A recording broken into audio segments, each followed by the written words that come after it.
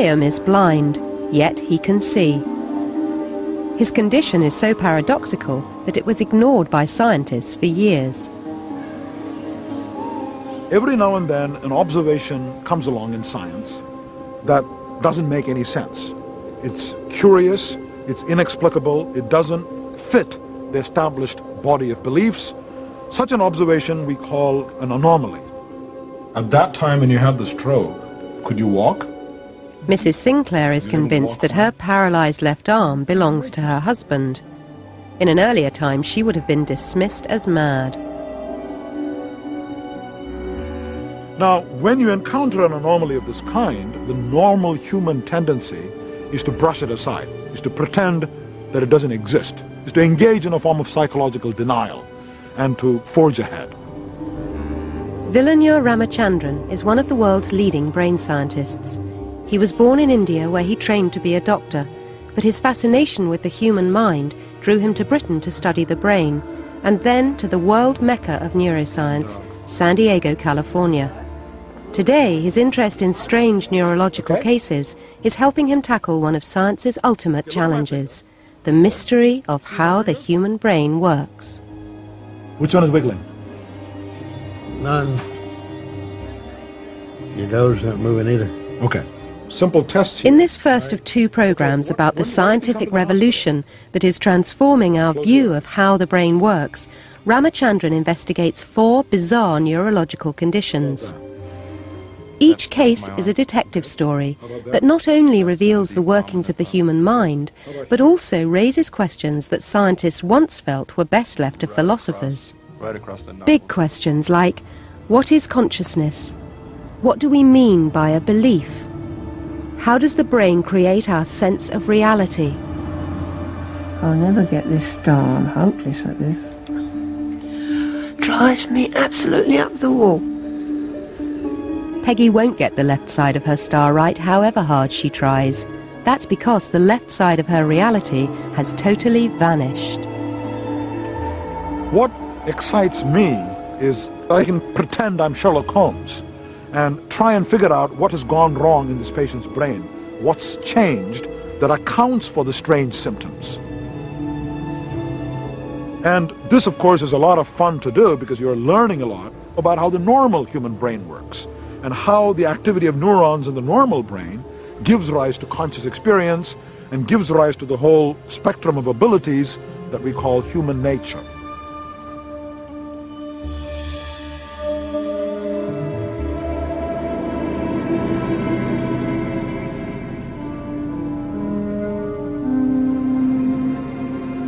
Soon after Derek lost his arm, he had a bizarre experience.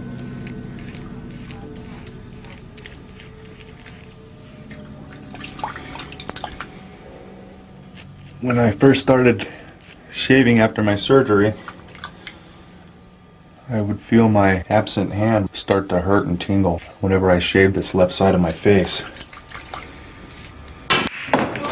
Derek was feeling his phantom limb, a mysterious condition that causes amputees to feel the vivid presence of a missing arm or leg long after it has gone.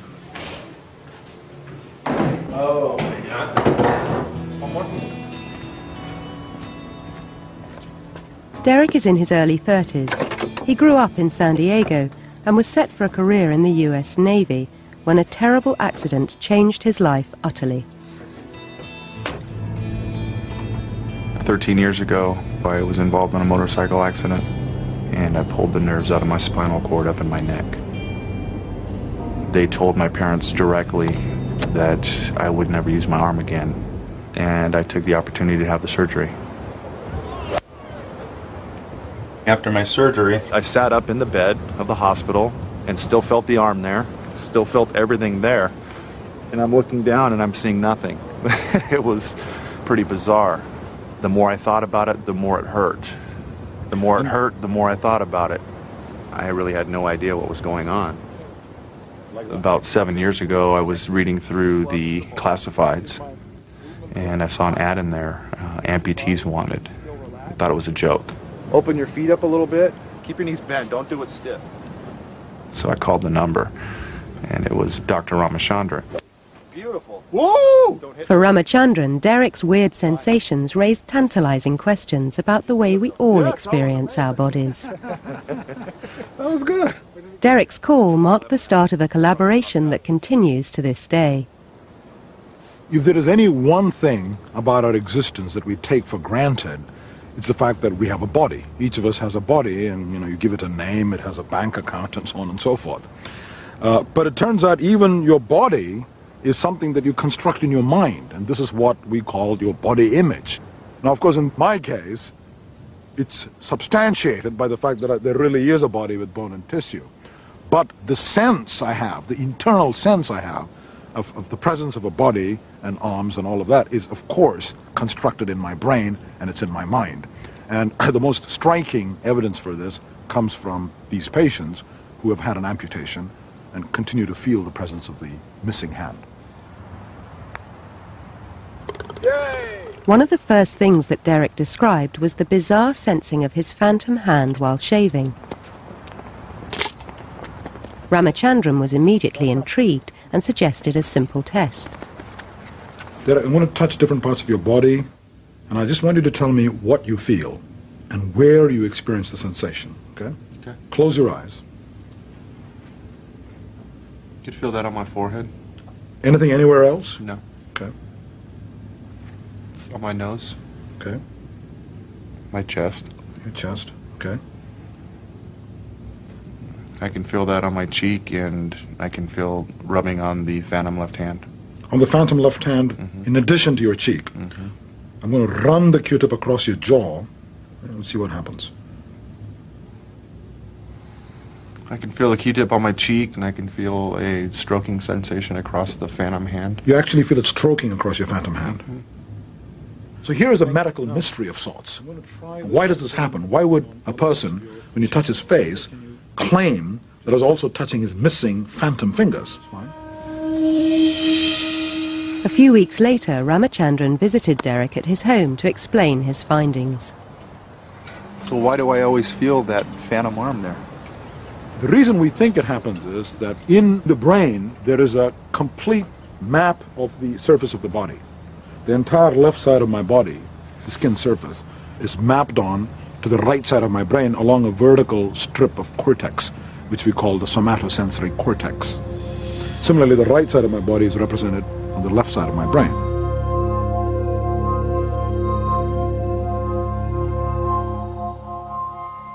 So every point on your body surface has a corresponding point on this body map. Now it turns out that the representation of the face on this map is right next to the representation of the hand. Now that's a bit surprising, as you'd expect the map to be continuous and faithfully represent the left side of my body. But it doesn't. Now imagine what would happen if the left arm were amputated. The part of the brain corresponding to the hand no longer gets any input, and it's hungry for new sensory input, so to speak. The sensory signals from the face normally activate only the face area that's right next to the hand area, but they now invade the vacated territory corresponding to the missing hand and start activating the hand region in the brain. And so whatever is reading those signals higher up misinterprets those signals. It says those signals are coming from the missing hand. So you experience the sensations that's coming from the missing fingers, even though I'm touching your face. And this is showing there's been a massive reorganization of the sensory pathways in your brain after the amputation. It's as though there's been a cross-wiring in your brain. Which, Exactly. Yeah. I can relate to the fact that my brain has remapped. Ramachandran's sleuth-like deduction that Derek's brain may have remapped itself is a powerful challenge to received wisdom about the brain. Now the implication of this is quite extraordinary, because now one of the dogmas in neurology has always been that connections are laid down in the fetus in an early infancy. And once these connections are laid down, there's nothing you can do to change them. So far, Ramachandran's remapping idea was only a hypothesis. As a scientist, he knew that such a radical idea required scientific proof. it was time to take Derek to the MEG scanner. This would disclose what was actually going on in his brain.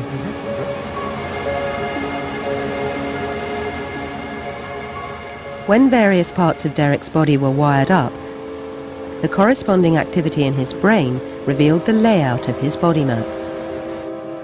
This is an image of Derek's brain. The green spot in the left hemisphere corresponds to Derek's right hand, which is intact. Next to it, the red spot represents the right side of Derek's face. But in the right hemisphere, there is no green spot because Derek's left arm has been amputated. Instead, the red area corresponding to his left cheek has now expanded into the vacated green hand area. These results triumphantly confirmed Ramachandran's detective work. It's as though now the sensory input from the face is innervating a completely new part of the brain, and this means new pathways have been opened up. Whether this is because there's been an actual sprouting of new nerve fibers, or there have been pre-existing silent pathways which are now suddenly active. We suggested that maybe the connections are already there, like reserve troops ready to be called into action. And when you amputate the hand, these latent connections suddenly become active. Phantom sensations do not only occur in the limbs. But in fact, you can get a phantom with almost any part of the body. You can get phantom menstrual cramps after hysterectomy. You can get phantom appendix pain even after the appendix has been removed. Theoretically, you could have a phantom of almost any part of the body. Not today. Except, of course, the brain. You can't have a phantom brain by definition, because that's where we think it's all happening. Wherever in the body a phantom is experienced, it almost invariably hurts. And this raises a serious clinical problem. How do you treat pain in a non-existent body part? Ramachandran may have come up with a solution, for phantom limbs at least. James has suffered phantom pain ever since he lost his hand 6 years ago. A few days after I woke up, you know, it might have been a week to 8 or 9 days, something like that, before the pain really started getting bad, you know, to where it was like your hand is just clenched up real tight and stuff, or balled up, you know, and you can't move it. To unclench it, it's just, you can't try in your mind and everything that to open it, to do anything to relieve the pain, and nothing works, you know. One answer might be that the brain is sending signals to the arm and trying to clench it, but in you and me, there's messages going back from the muscles of the hand telling you you're clenching too much or too fast, and this damps the command signals, so you can slow down. But the patient has no feedback because he doesn't have an arm, so the brain says send even more signals, okay? And this goes on, and you get into a sort of positive feedback loop. So I said, well, if you give him some other source of feedback, such as visual feedback, maybe that'll trick the brain into thinking that the hand is clenching or unclenching, and maybe you can interrupt this loop. So I said, well, why don't we put a mirror there and have James look inside the mirror? It's as though you have visually resurrected the phantom limb. And of course, the patient knows it's an illusion, but it's very, very compelling. Right now, as you look in there and you move your hand, your phantom does the same thing as your left hand is doing. So right now, my fingers are moving in the right hand, and there's actually no right hand there. A phantom over which the patient had no control, suddenly, as a result of the visual feedback, he's able to open it. First time I got in here and I've done this, and it was just like, it relieved the phantom pain, unclenched it. You know, it was just, oh, so intriguing, you know. Sometimes it's hard to explain how you felt, you know. Ramachandran feels that the mirror box needs to be evaluated carefully with many patients before we can be sure that it really works. Yet its undeniable success in uncramping James's phantom hand suggests that even pain can be a construct of the mind.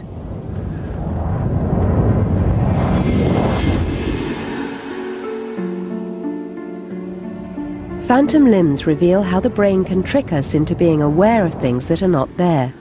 But sometimes the opposite can happen. We find ourselves responding to events without being aware that we're doing so, as if some alien mind were acting on our behalf. This zombie-like feature of the brain is dramatically revealed by a rare condition called blind sight, which enables you to see even though you are blind.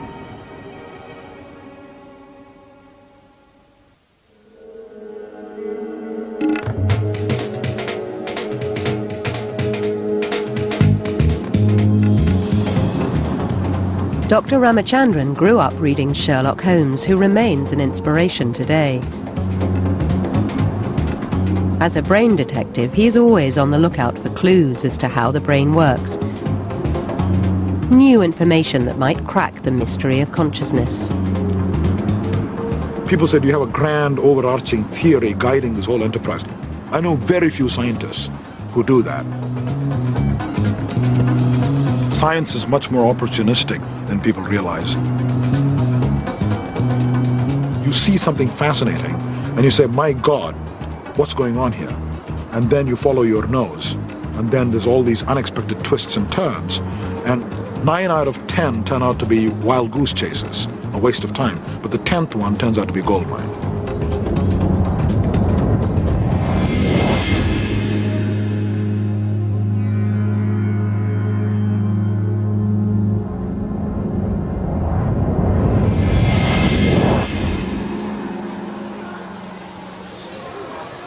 Graham is one of the world's few known blind sight patients. He's blind, yet he can see. This paradoxical condition shows just how much our brains get on with running our lives without us even being aware of it. When I was 8, when I had the accident, it was a road accident that caused the brain damage, I literally used to walk into lampposts. I ran into, you know, these huge great pillars you get in stations. I ran into one of those one day.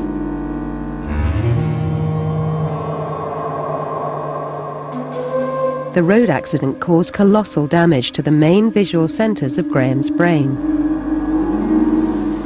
He can see to his left, but he is blind to everything on the right, in both eyes. If you put an object in that part of the field and ask him what is it, he has no idea. He cannot perceive it consciously. Down. And yet the remarkable thing is, if you move this object, he will tell you which direction it's moving. Right. Even though he cannot see the object. Up. Blind sight is this term introduced by Larry Weisskranz to describe the ability of people like Graham to detect things but not to be aware of them. So very, very different from what we would normally call vision. Colin Blakemore is one of several Oxford scientists for whom Graham's mysterious abilities raise baffling questions about consciousness. I mean, blind sight is extraordinary when you see it. It's shocking. I think it's shocking because it brings home the fact that we can actually manage our brains without consciousness to some extent. And that leads to the question, well then, why not everything? Why not everything? And why do we need consciousness for certain things? What is the extra gloss that consciousness gives, if anything, to our actions? For nearly 20 years, Graham has been the willing subject of a range of experiments that have yielded astonishing results. You can see things over here. Oh yes, I can see. I'm going to move my hand across. You tell me when it appears, when it comes into view. Now. Very precisely as it enters the seeing part of your field. Yeah. And if I just hold it over here and you look there, you can't see anything? No. How about now? You're moving it up and down. But you're seeing it. It's very easy for me to say to you, oh, I saw that move up, Colin. Yeah. And as soon as I say that, you're going to say, ah, he can see. No, I can't. Okay, let's see if we can just test that a bit more formally. What I'm going to do is make squares that appear on the screen, and they will move either upwards, downwards, or out to the right. You've got to keep looking at this point all the time, so it's in your blind visual field that this is happening, where you're not supposed to be able to see anything at all. But what I want you to do is just to guess what the direction of motion might have been, even though you can't see it. I want you to tell me each time whether you're aware of anything having happened, okay?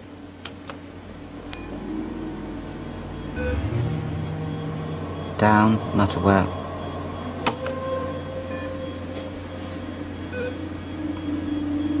down, not aware. Not only does Graham see nothing on the blue side of the screen, he's not even aware of anything happening there at all. Not sure of that one. I think it moved to the right. Yet miraculously, he guesses the direction of movement correctly. If there's one thing that this phenomenon of blind sight teaches us, it is that vision is not entirely seeing, that there can be a disconnection from the capacity to respond to visual information and the actual act of being visually aware of something. Those two things can be separated and probably are in our everyday lives. But the problem is that obviously we're not aware of the things that we're not aware of. We just don't know the extent to which they play a part. It's almost as though the patient is using ESP. He can see and yet cannot see. So it's a paradox. It's almost like science fiction. How is this possible? Well, if you look at the anatomy, you can begin to explain this curious syndrome. It turns out from the eyeball to the higher centers in the brain, where you interpret the visual image, there's not just one pathway, there are two separate pathways which subserve different aspects of vision.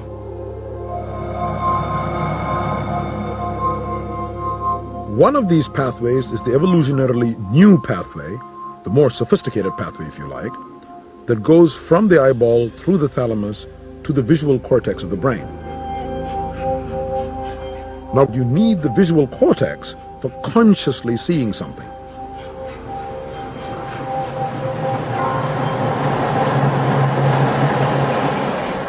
The other pathway, which is older evolutionarily and is more prominent in animals like rodents, lower mammals, birds and reptiles, goes to the brain stem, the stalk on which the brain sits.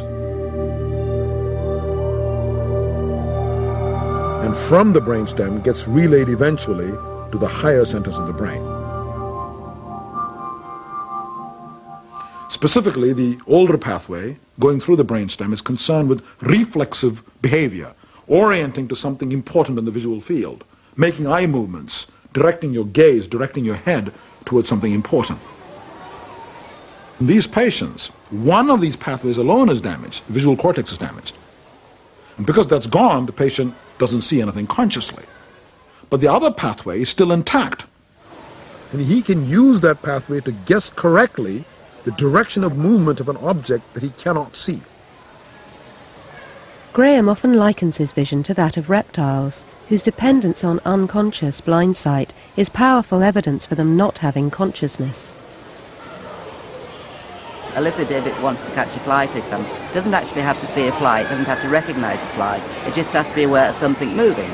So if it can detect motion moving to the right, to the left very quickly, it can catch its prey, so to speak, it can eat.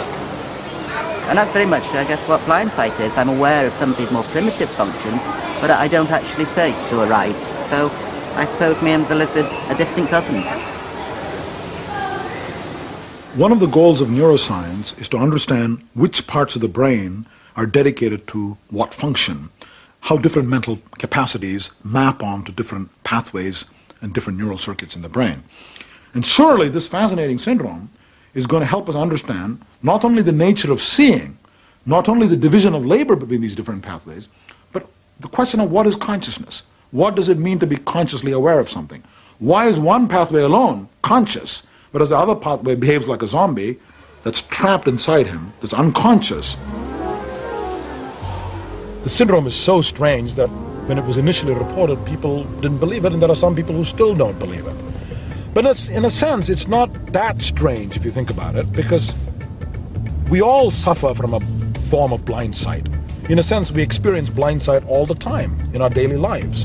For example, as I am driving this car, having this conversation, all my attention is on the conversation, on the person next to me. And in fact, I'm not conscious of what's going on around me. Even though I'm negotiating all this traffic, avoiding obstacles, avoiding that car on my right, avoiding the car on my left, that's all being done in parallel by another part of my brain, and it never emerges into conscious awareness unless something very strange happens, like a big truck passes by, I might notice it. Blind sight enables us to steer our way successfully through the world as if on autopilot. Without this zombie in our brains acting on our behalf, the world would be a treacherous place to move around in. Our dependence on blind sight is distressingly apparent in a condition called visual neglect, caused when the brain's blind sight pathway is damaged. Visual neglect is the opposite of Graham's blindness. Patients can still see, but space on one side has become strangely irrelevant to them. It's as if half the visual world no longer counted.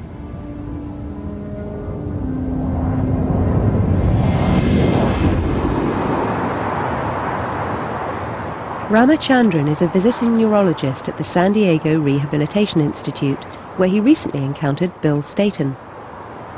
You know, we married quite suddenly. 3 dates, and he says, my ship is going to San Francisco. Would you like to come over there? I said, definitely not. He says, well, would you like to get married? And I said, sure. And he says, pick a day. We're both sitting there, just kidding. And I said, how about the 14th of May? He says, okay. Age 70, Bill Staton suffered a massive stroke that left him totally paralysed on his left side and oblivious to events on his left. I mean, if somebody had seen him right after the stroke, I mean, I was in a shock. He was listless. His eyes stayed closed for 3-4 days. We'd go in there and make jokes and open his eye. And the strokes are something else. They're different. They're different. Your ears curl up. Your eyes got all crooked. Your nose gets crooked. Everything's turned twisted like a pretzel. The clue to Bill's twisted world lies in his right parietal lobe, which was the epicenter of his stroke. You lose your balance.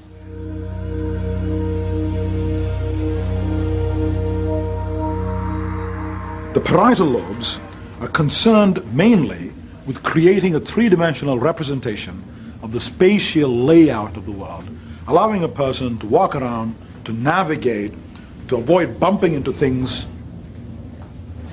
When the right parietal is damaged, the patient is unable to deal with the left side of the world. There is an indifference to the left side of the world.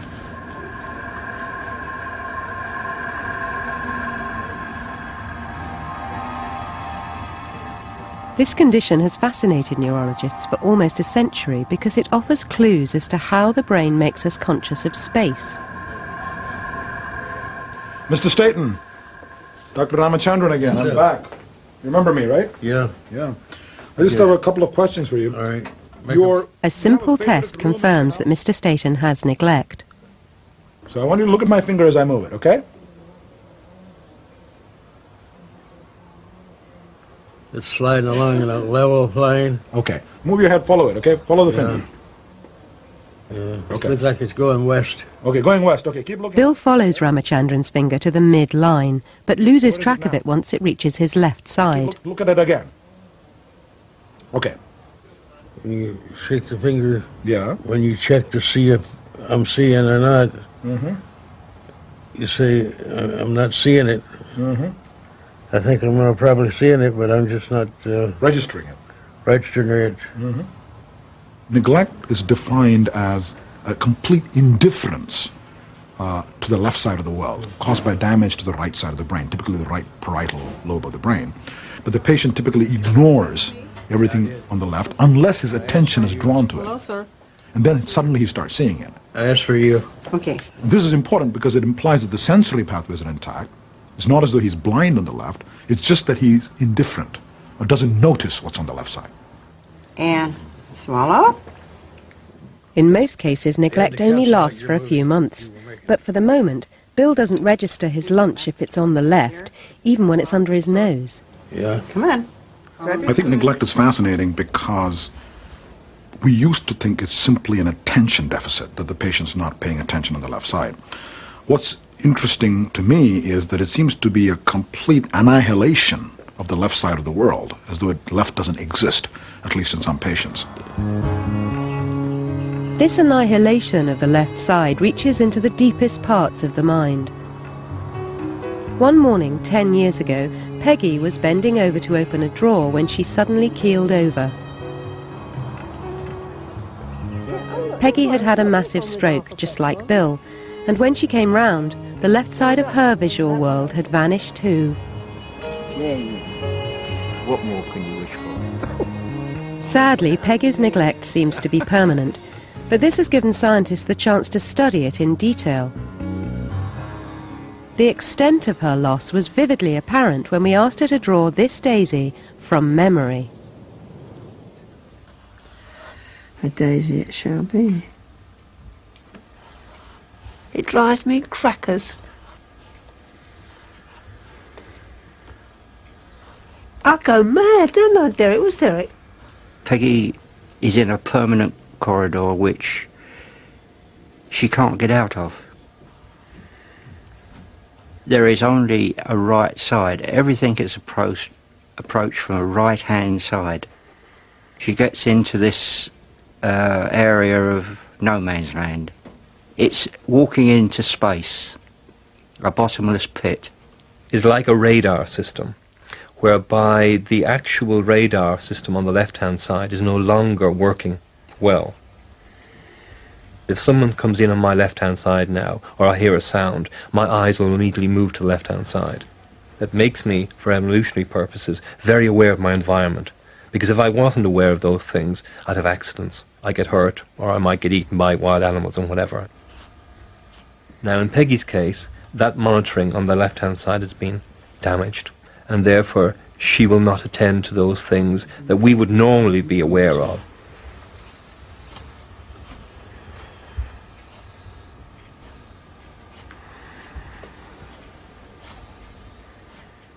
Oh dear. So what Peggy's drawn for us is several nice daisies with the left side missing. The same with this one, and this one. And look at this one, this is a very good example. I've done it on all of them. Sorry.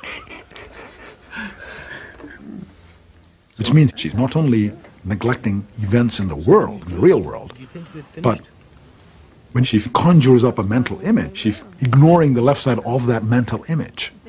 And this shows you that this is not simply a sensory problem, but a problem of consciousness. I don't know. It's because I was so concentrating on that side. It takes everything away, you see. And that side's not there. If I take everything away from that on this side, it's not there. It takes it all away. It's odd. It's all it is attention, really. It's taken away. There must be two attentions somewhere in your body. That one side's taking the other one away. I can't make it out at all. Very odd. Peggy's one-sided daisies graphically reveal how consciousness is a construct of brain activity and how severely it can be distorted by a stroke. This distortion of consciousness is even more apparent in Bill Staton, who has a very unusual relationship with mirrors.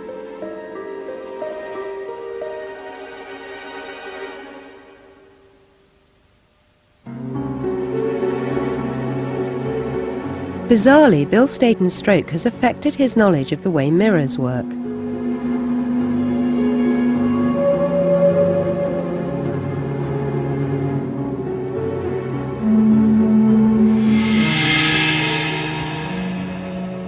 We take mirrors for granted, but think of what it involves. You look at a reflection in a mirror, you recognize instantly that it's a reflection, and even a 5-year-old child is able to do this.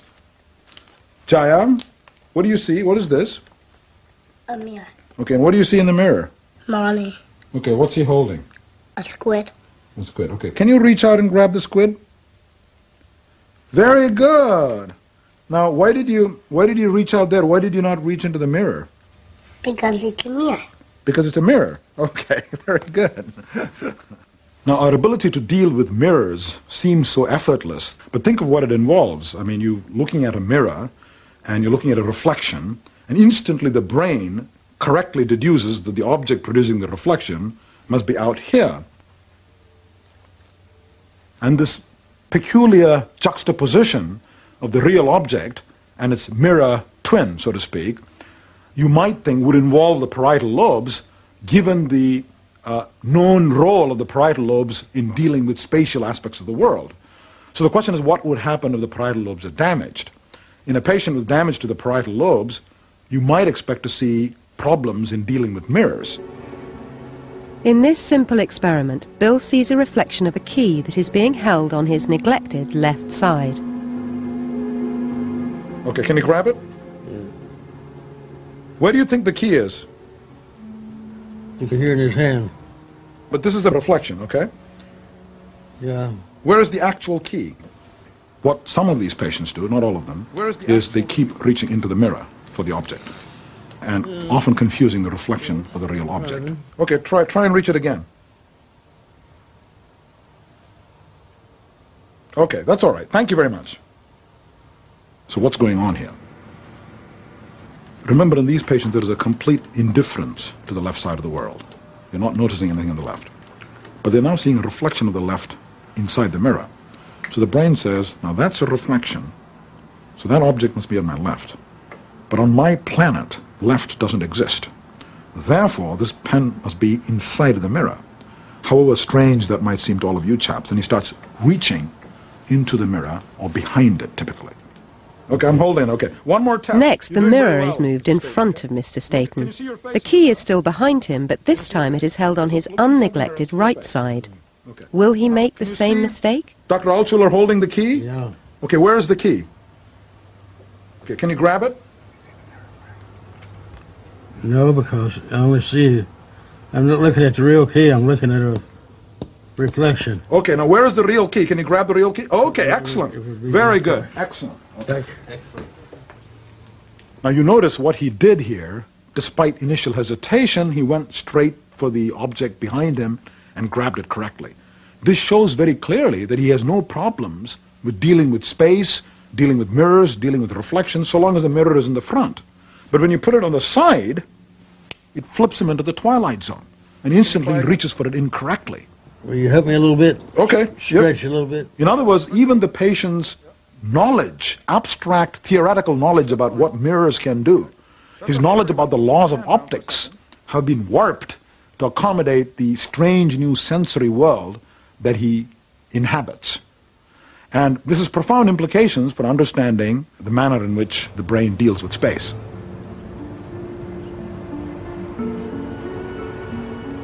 I'm here in this grove of trees, and I assume this is the real world around me, and of course it is the real world. But my experience of the real world, of the spatial layout of the world, is dependent on the activity of the parietal lobes. Occasionally, stroke damage to the parietal lobes can wreak even more havoc than neglect. Now, in some of these patients, when the right parietal is damaged, not only is there an indifference to the left side of the world, but also an indifference to the left side of the body, so much so they'll start denying that the left hand is paralyzed. Even though it's obviously lifeless and paralyzed and lying on their lap, they'll say, "Doctor, my left hand is not paralyzed." This surreal complication is called anosognosia, which literally means denial of illness. In addition to his neglect, Bill Staten has anosognosia. Anosognosia damages that unique aspect of consciousness that we call the self. Patients may become wildly deluded about their abilities and even deny that parts of their own body belong to them. Ramachandran believes that anosognosia reveals how the capacity to deceive ourselves and others may have evolved in all our brains.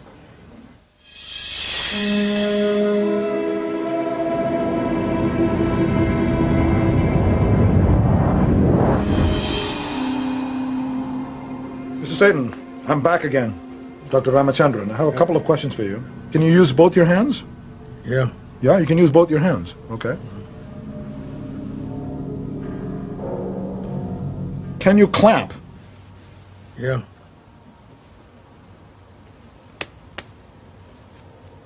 Okay. All right, that's fine.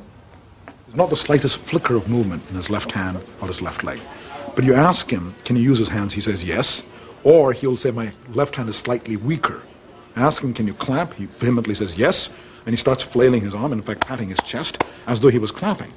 Now, patients with left hemisphere damage whose right hand is paralyzed, or indeed a majority of patients with right hemisphere damage and left arm is paralyzed will not do this. They'll say, I can't clap, doctor, my left arm is paralyzed. That's the natural response that you expect. But these patients with this extraordinary syndrome, which we call anosognosia, where the patient is denying or playing down the fact that the left arm is paralyzed. Okay. Can you show me? Can you touch my nose with your right hand? Touch my nose. Yeah, yeah. Excellent. Now, can you do it with your left hand, please? I think so. Okay. Can you do it for me? I'll try. Okay, that's fine. Are you doing it? Wait a minute. I'm calling up my left hand. You're calling it up? Okay. Get in there. Okay. All right. Is it touching my left? No. My nose? Yeah, I'm still talking to it. You're still talking to it? I'm explaining to it what to do. You're explaining to it what to do, okay. Is it listening? Yes. Yes, okay. But it's reacting slowly. It's reacting slowly, okay. It's tired, I think. It's tired, okay. Thank you very much.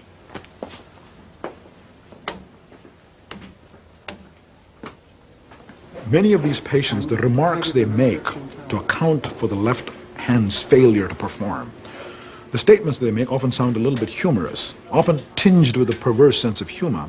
And you start wondering about some of Freud's ideas about humor itself being used as a defense mechanism. Is that what the patient doing? Ella Sinclair is another stroke victim with a paralyzed left side.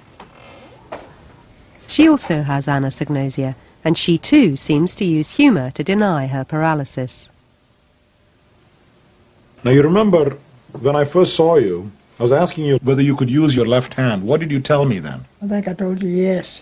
You told me yes, you could use it. But I lied. You lied? Well, why did you lie to me? I don't know. You wasn't smiling at me, I guess. Because I was smiling at you? You were not. I was not smiling at you. Okay, so that's why you were lying. Okay. But you remember you said that several times. I kept asking you. And you always said you could use your left hand fine, that there was no problem. Before I had my stroke, I could, but I can't now. You can't now. One of Mrs. Sinclair's comments was so odd that it was hard to know whether she was joking or not. The other striking thing we saw in Mrs. Sinclair, when we held her right hand up to her and asked her, whose hand is this? She said, it's my hand. When I held her left hand up in front of her, she said, that's my husband's hand. And she remembers vividly seeing her husband's hand. Do you remember at that time I showed you your hand? Did I show you anybody else's hand? Yeah, you showed me my husband's hand. I showed you your husband's hand. You remember that clearly, do you? Yeah. Okay. I've been living with him 27 years. I know his hand. You know where his hand is. You've been with him for so many years. That's true, yes. We never showed her husband's hand. In fact, he was not even in the room. Now, to understand what's going on in these patients, you have to look at the left and right cerebral hemispheres of the brain. Now, everyone realizes, of course, that there's specialization. The left hemisphere is specialized for language, and the right hemisphere is thought to be specialized for seeing faces, seeing facial expression, and to some extent for emotions.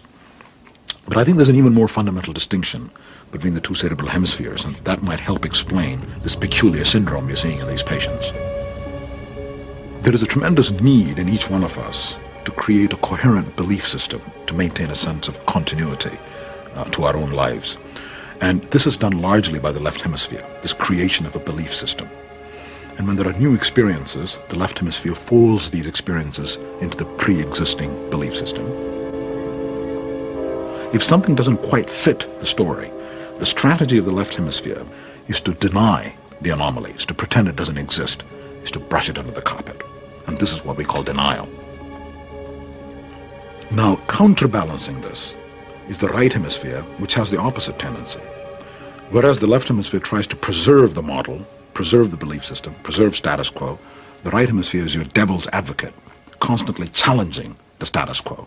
And when the discrepancy or anomaly becomes unbearably large, or becomes too large, then the right hemisphere forces a complete revision in your worldview, in your belief system. Now what has happened to these patients is the left hemisphere is intact, so it's engaging in denial, as it does in normal people, but she doesn't have a counterbalance. There's no right hemisphere challenging the story, doing a reality check, and therefore they become more and more deeply delusional, and in fact there is no limit to the delusions that you can elicit, including a claim that her arm belongs to her husband, or saying, yes, I can see my finger touch your nose. Ramachandran has found support for this radical theory from evolutionary biologist Robert Trivers, who is a world authority on self-deception and lying.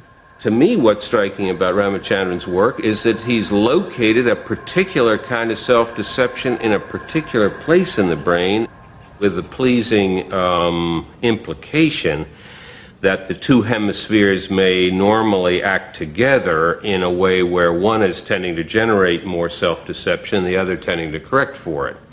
And with anosognosia, you get the self-deception unchecked by the parallel hemisphere. What is striking is how blatant and obvious the self-deception is. They deny the very condition that they express. When the stroke occurred, could you use it? Now, one way to think about anosognosia is to realize that what the patient is doing is engaging in precisely the kinds of denials and confabulations and rationalizations that we all engage in. I did not have sexual relations with that woman. It was Freud who first pointed out that we use all these mental tricks to defend the ego, as he said. When we are confronted with something that's unpleasant or threatening to your self-esteem, you need to lie. Listen to me. I'm going to say this again.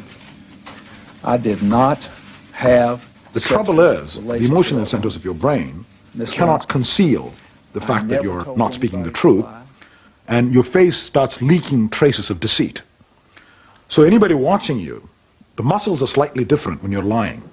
Different on each side of the face, reflecting the complementary roles of each side of the brain.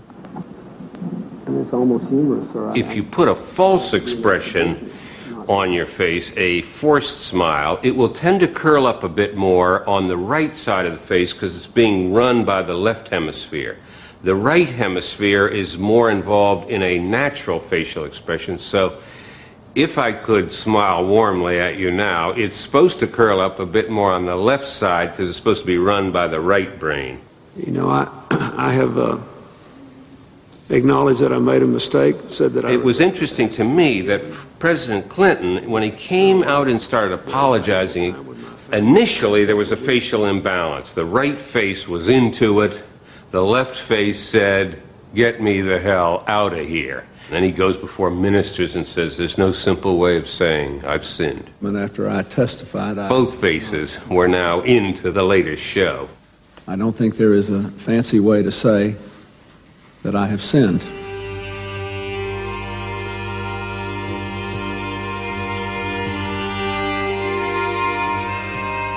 The bizarre syndrome of anosognosia, I think, gives you an experimental lever to understand these very fundamental aspects of human nature. The consistency of beliefs that we hold about the world is something we take for granted. It's the basis of a rational, sane existence. Even that is called into question in these patients. You cannot talk to a patient who has the syndrome of anosognosia, somebody who's perfectly lucid and intelligent, telling you that this arm belongs to her husband. You cannot confront such a patient and not come face to face with some of the basic questions in philosophy. Some of the most fundamental questions you can ask yourself as a conscious human being. What is the self? What is a belief? What do you mean by willing and action? What brings about the unity of your conscious experience?